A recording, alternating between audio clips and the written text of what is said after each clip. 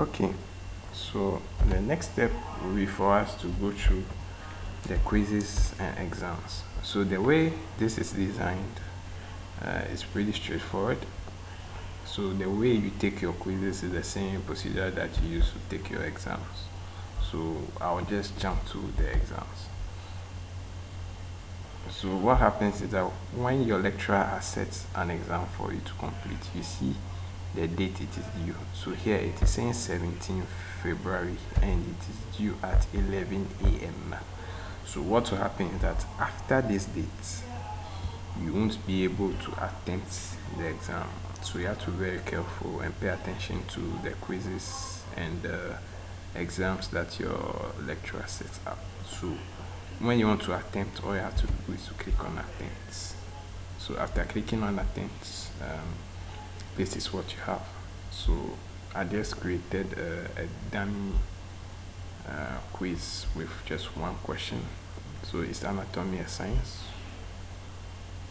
So let's say it is true. I don't know the answer, but let me guess. Yes. So what happens is that every time you submit your quiz, it will ask you for this. So when you're setting, you just click on leave. Then voila. So what happens with this exam and quiz is that once you submit it, it gives you your score.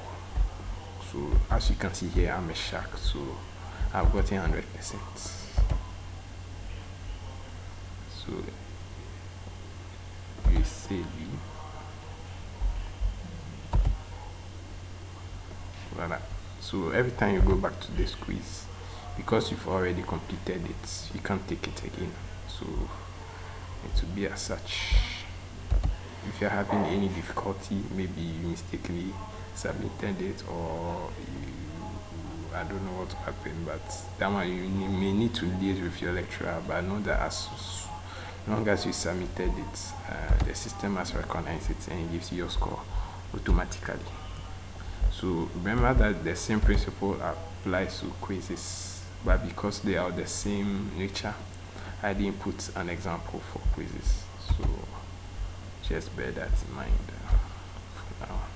So what will even happen is that you may also have a